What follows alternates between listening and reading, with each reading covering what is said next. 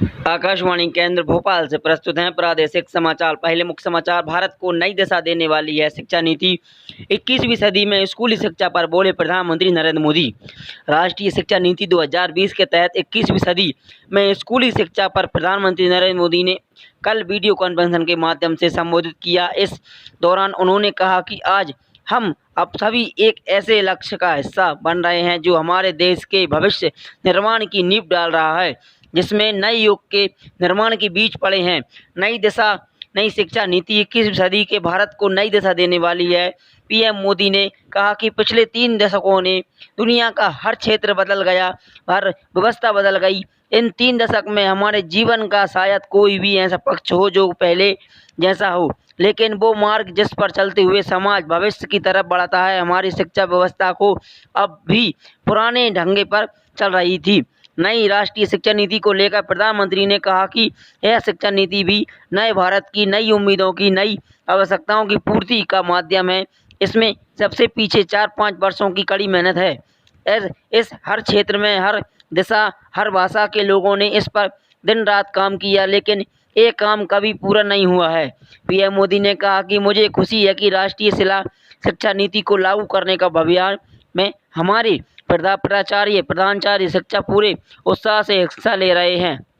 कुछ दिन पहले शिक्षा मंत्रालय ने देश भर के शिक्षकों से उनके सुझाव मांगे थे। 1 सप्ताह के भीतर 15 लाख से ज़्यादा सुझाव मिले। उन्होंने कहा कि राष्ट्रीय शिक्षा नीति के ऐलान के बाद बहुत बड़े लोग कि मन में कई सवाल आ रहे हैं कि ये शिक्षा नीति क्या है, ये कैसे अलग है, इसे स्कूल और कॉलेज में क्या बदलाव आएगा। हम सभी इस कार्यक्रम में इकट्ठा हुए हैं ताकि चर्चा कर सकें और आगे का रास्ता बना सकें। प्रधानमंत्री ने आगे कहा कि मूलभूत शिक्षा पर ध्यान इस नीति का सबसे महत्वपूर्ण पहलू है। राष्ट्रीय शिक्षा नीति के तहत के विकास को एक राष्ट्रीय मिशन के रूप में लिया जाएगा। पीएम मोदी ने कहा कि हमारी शिक्षा नीति से आसान और नए तौर तरीकों को बढ़ावा होगा। हमारे ये प्रयोग महत्वपूर्ण मूल मंत्र होना चाहिए। पीएम मोदी ने कहा कि हमारे सबसे पहले की जो शिक्षा नीति है उसे हमारे छात्रों को बहुत बांध दिया गया है। जो विद्यार्थी साइंस लेता है वो उसे आर्ट्स का कॉमर्स नहीं पढ़ सकता था। आर्ट्स कॉमर्स वालों के लिए मान लिया गया है कि ये हिस्ट्री, जियोग्राफी, अकाउंट इसलिए पढ़ रहे हैं क्योंकि ये साइंस नहीं पढ़ सकते। उन्होंने कहा कि राष्ट्रीय शिक्षा नीति में छात्रों को कोई भी विषय चुनने की आज़ादी दी जाएगी। ये सबसे बड़े सुधार में से एक है।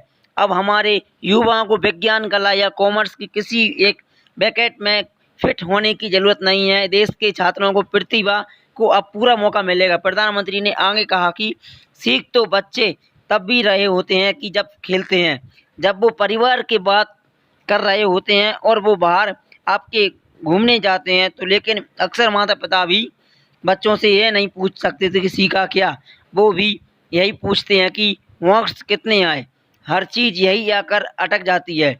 उन्होंने कहा कि पढ़ाई में से मिल रहे तनाव से अपने बच्चों को बाहर निकालना राष्ट्रीय शिक्षा नीति का प्रमुख उद्देश्य है।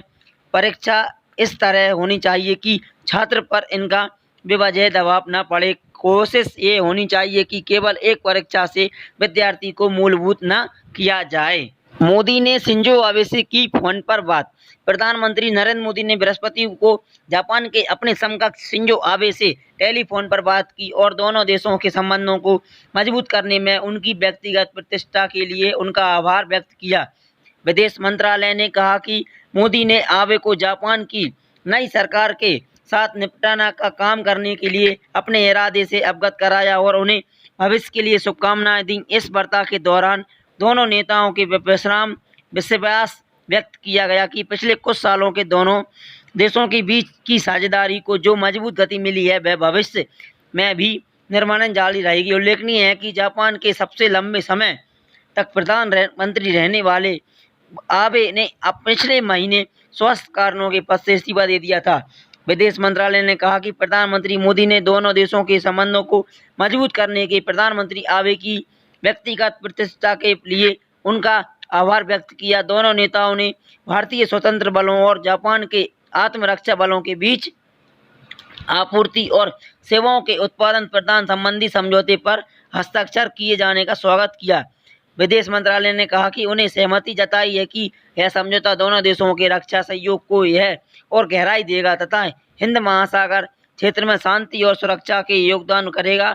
मोदी ने इसके बाद ट्वीट कर कहा कि अपने मित्रों और अपने शिंजो आबे को फ़ोन पर उनकी अच्छी सेहत और उनके खुश रहने की कामना की। उन्होंने साथ अपने गहरे संबंधों को मैं संजो किसे रखूँगा। उनका नेतृत्व और उनकी प्रतिष्ठा भारत का जापान रिश्ते में कई नीति सुरक्षा बन जाने वाले के अहम मुद्दे हैं।